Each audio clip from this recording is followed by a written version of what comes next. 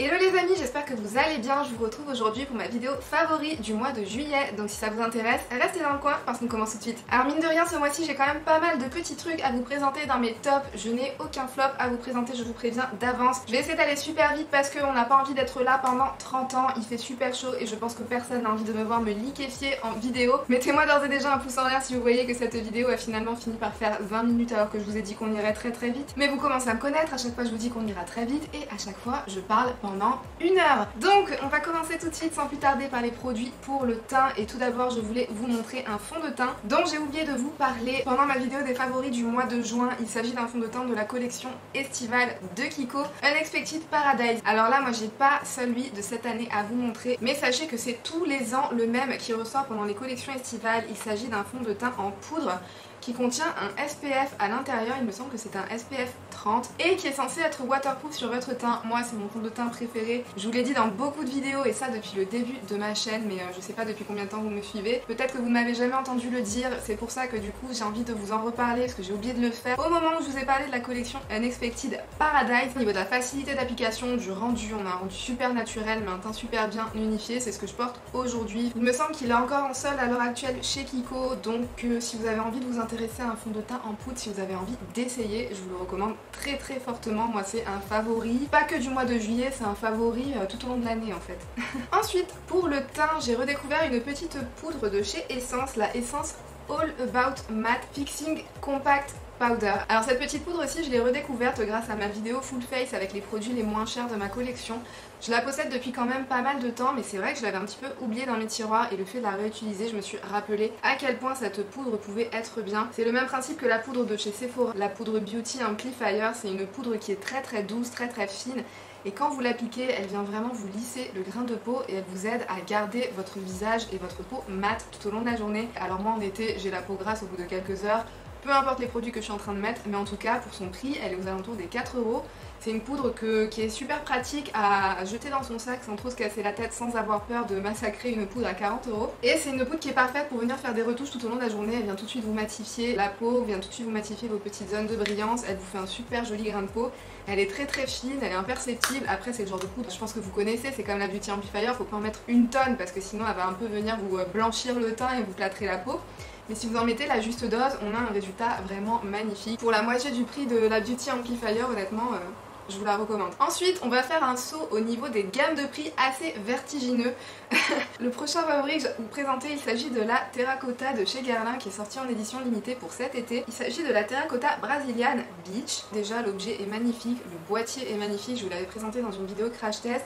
Quand vous la recevez, il y a une petite pellicule dorée en fait dessus. Ce qui est dommage, c'est que la pellicule dorée s'en va au premier coup de pinceau, mais même ça reste quand même un super bel objet. Et cette poudre-ci, j'ai beaucoup aimé l'utiliser. Pas vraiment en tant que bronzer, j'aime l'appliquer en tant que bronzer blush. Cette terracotta-ci, comme vous pouvez le constater dans le motif de Guerlain de cette année, vous avez cette couleur pêche qui représente quand même une grande surface de la poudre. Et du coup, ça vient vraiment vous rendre la terracotta assez orangée, assez pêche orangée. Et du coup, la couleur de bronzer qui est à l'intérieur, elle n'est pas assez foncée pour que ce soit une couleur orangée qui soit vraiment idéale appliquée en tant que bronzer, je trouve, en tout cas sur ma carnation.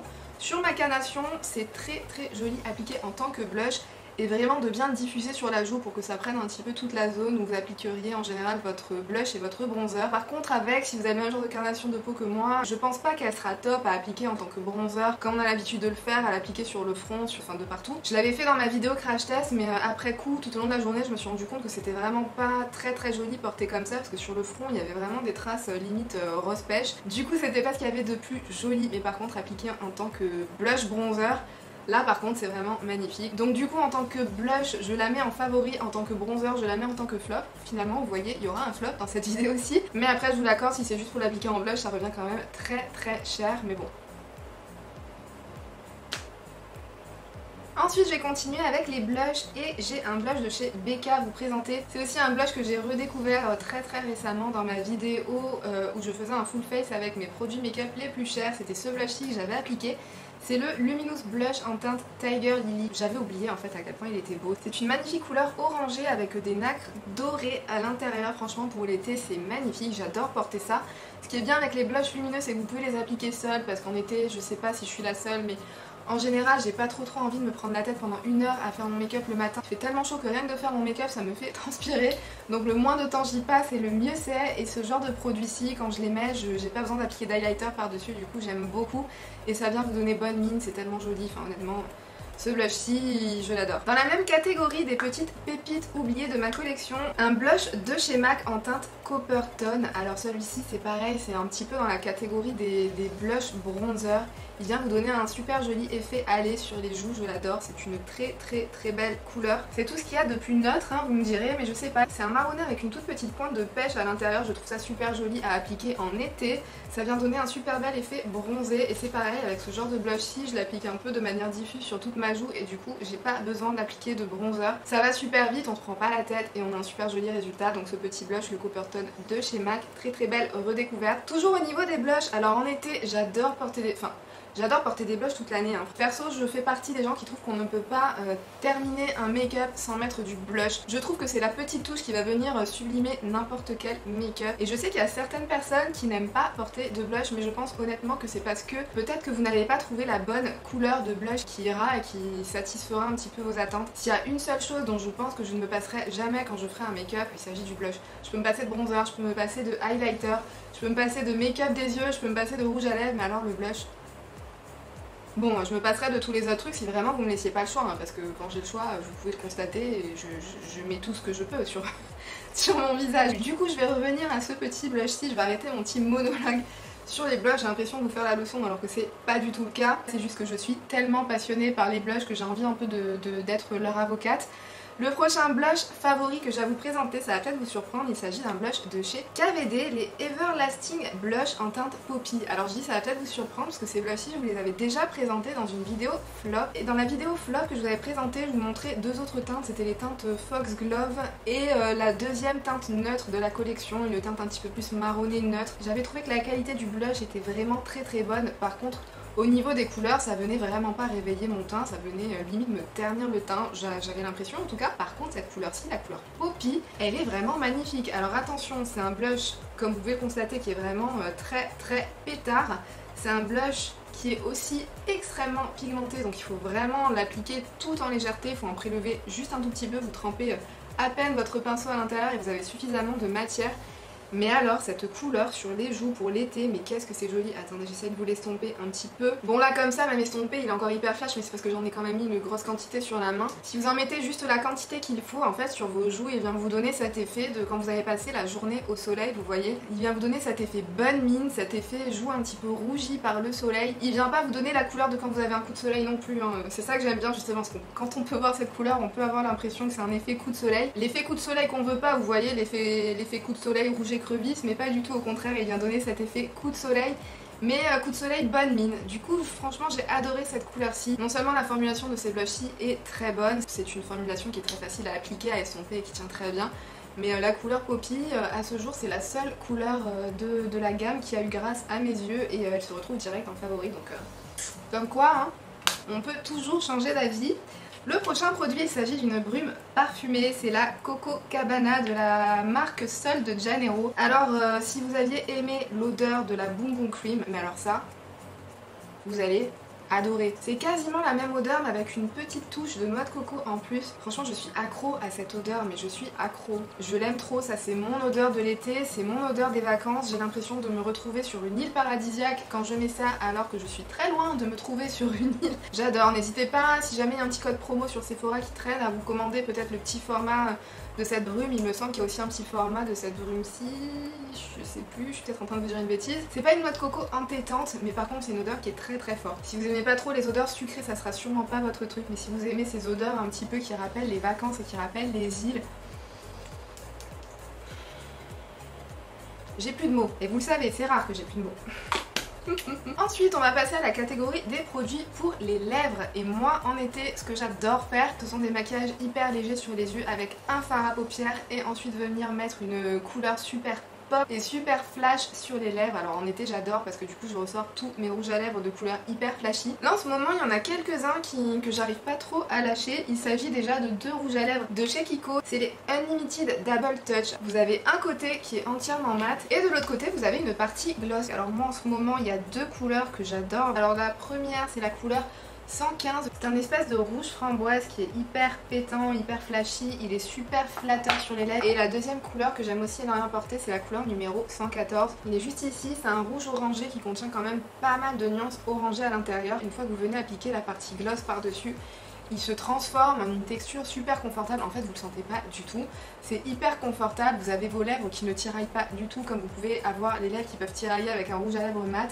Et ça tient tout aussi bien qu'un rouge à lèvres mat, sans avoir les désagréments de lèvres desséchées, l'aspect de lèvres un petit peu, vous savez, tout au long de la journée, les rouges à lèvres mat, comment ça vieillit pas forcément super bien sur les lèvres. Avec cette formule-ci, vous n'avez pas ce genre de problème là, du coup, je les adore. Un autre rouge à lèvres qui est un petit peu dans la même lignée que ces rouges à lèvres-ci, il s'agit d'un rouge velouté sans transfert dans la gamme métal de chez Sephora en teinte numéro 112 Red Magma. C'est un espèce de rouge orangé, mais celui-ci il est peut-être un petit peu plus profond, il y a un petit peu plus de nuances de terracotta je dirais à l'intérieur.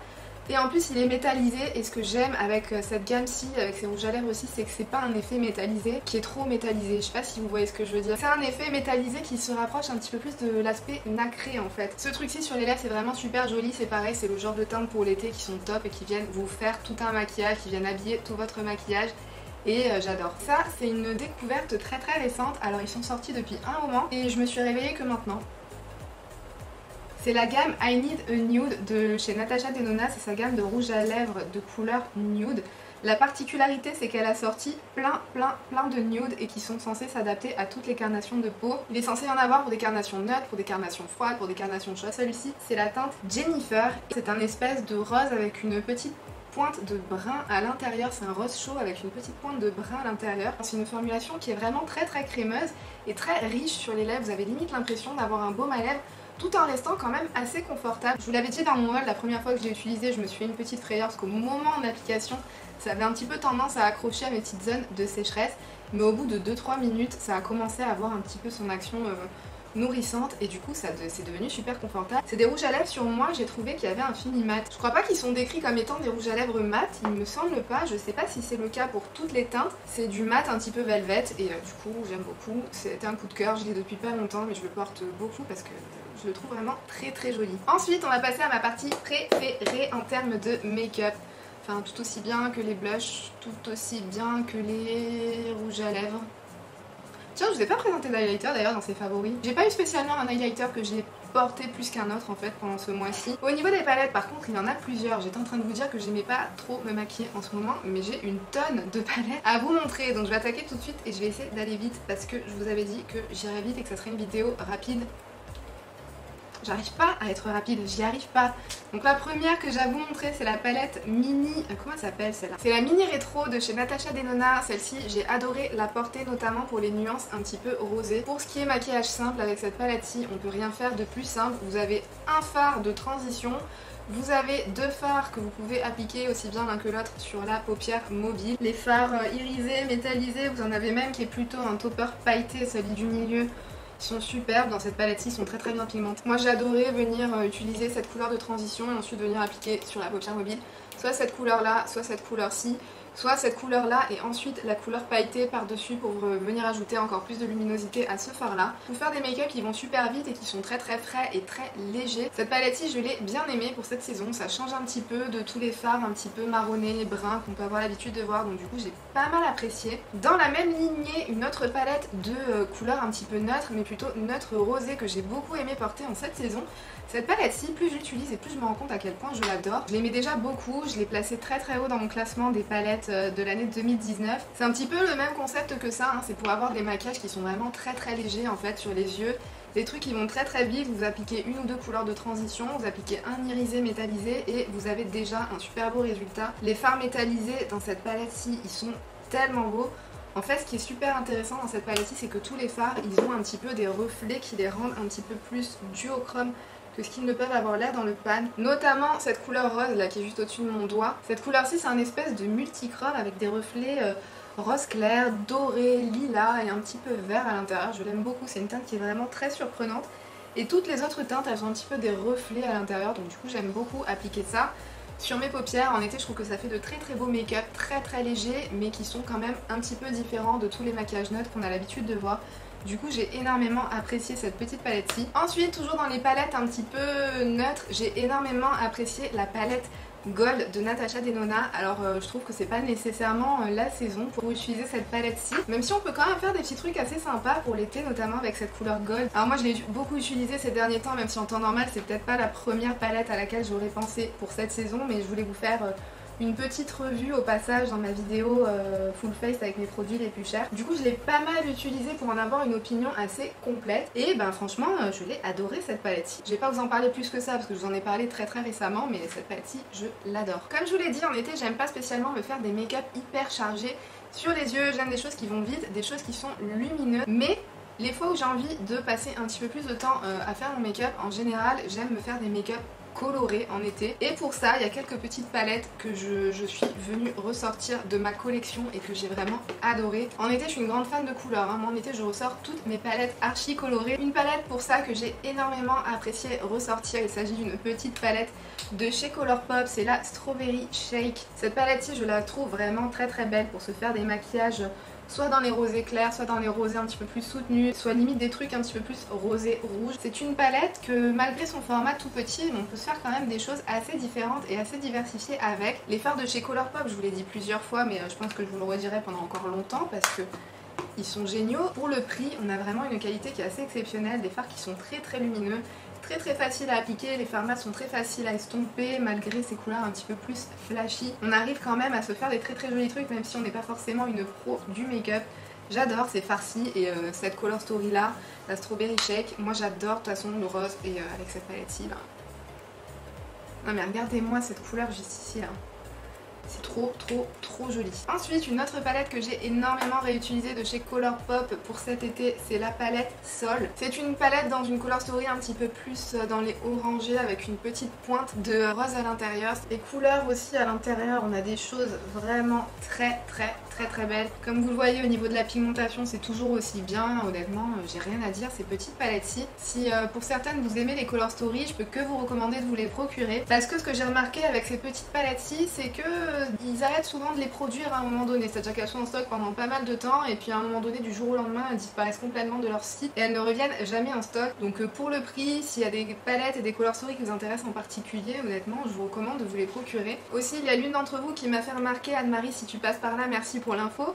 Maintenant en fait Colourpop ne vous propose qu'une option de livraison avec un transporteur privé et ce que ça signifie c'est qu'en fait les frais de douane ils sont déjà calculés au moment où vous payez votre commande. Donc si vous étiez du genre à pas trop vouloir commander sur Colourpop à cause de ça, parce que vous n'avez pas envie d'avoir la mauvaise surprise au moment où vous recevez votre commande d'avoir à payer en plus des frais de douane, sachez que maintenant c'est pas le cas, vous payez tout au moment où vous payez votre commande, donc ça c'est plutôt sympa, c'est plutôt bon à savoir. Et j'ai encore une autre palette à vous présenter, il s'agit d'une palette de chez Juvia's Place. Il s'agit de la palette de Saharan 2. Celle-ci je me la suis procurée au tout début de l'été. Franchement à l'intérieur vous avez des fards qui sont vraiment exceptionnels. Alors dans ma dernière vidéo favori, mes favoris du mois de juin, je portais cette palette-ci et notamment je portais cette couleur-là sur ma paupière mobile. Et honnêtement cette petite couleur-là sur les yeux, un petit peu vert d'eau, vert clair ou bleu clair, on ne sait pas trop, avec des reflets dorés à l'intérieur, mais pour l'été sur les yeux en paupière mobile, c'est magnifique. Les métallisés de cette palette-ci sont vraiment incroyables. Les métallisés de chez Juvia's Place, ils sont vraiment impressionnants, ils sont hyper pigmentés, ce sont des fards qui sont hyper métallisés. Sur la paupière, si vous aimez un petit peu le rendu métallisé, les fards Juvia's Place, vous allez vraiment les adorer. Les fards mat, c'est aussi une formulation de mat que j'aime énormément parce qu'ils sont très pigmentés, mais ce sont des mats que vous pouvez construire sur la paupière. C'est-à-dire qu'ils sont pigmentés, mais pas non plus pigmentés à outrance, au point où si vous en appliquez un petit peu trop sur votre paupière, vous aurez une catastrophe que vous n'arriverez jamais à estomper et où vous devrez tout enlever pour tout recommencer. Non, avec ces farcis, c'est pas ça. C'est des mats qui sont pigmentés mais qui sont très faciles à estomper et à construire. Donc la formulation de chez Juvia's Place, moi c'est un truc que j'adore. Je possède 3 palettes dans cette marque-ci. Je les aime toutes autant les unes que les autres. Je saurais pas vous dire laquelle est ma préférée de celles que je possède. Donc du coup je pense que je vais aller voir un petit peu sur Beauty Bay quelles autres palettes de la marque me font un petit peu de l'œil parce que au niveau de la qualité, à ce stade, je n'ai jamais été déçue par Juvia's Place.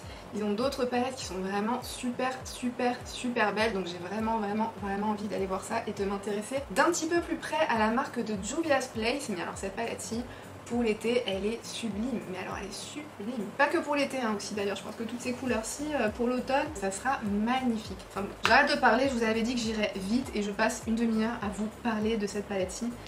C'est toute l'histoire de ma chaîne YouTube ça. Mettez-moi dans les commentaires quels ont été vos produits chouchous à vous pendant ce mois de juillet. N'hésitez pas à liker la vidéo si ça vous a plu. Pensez à vous abonner si vous en avez envie et que vous avez envie de me revoir dans du contenu beauté. N'hésitez pas d'ailleurs à cliquer sur l'une des vidéos qui s'affiche à l'écran si ça vous tente. Et sur ce, moi je vous fais d'énormes bisous et je vous dis à bientôt dans une prochaine vidéo. Bye!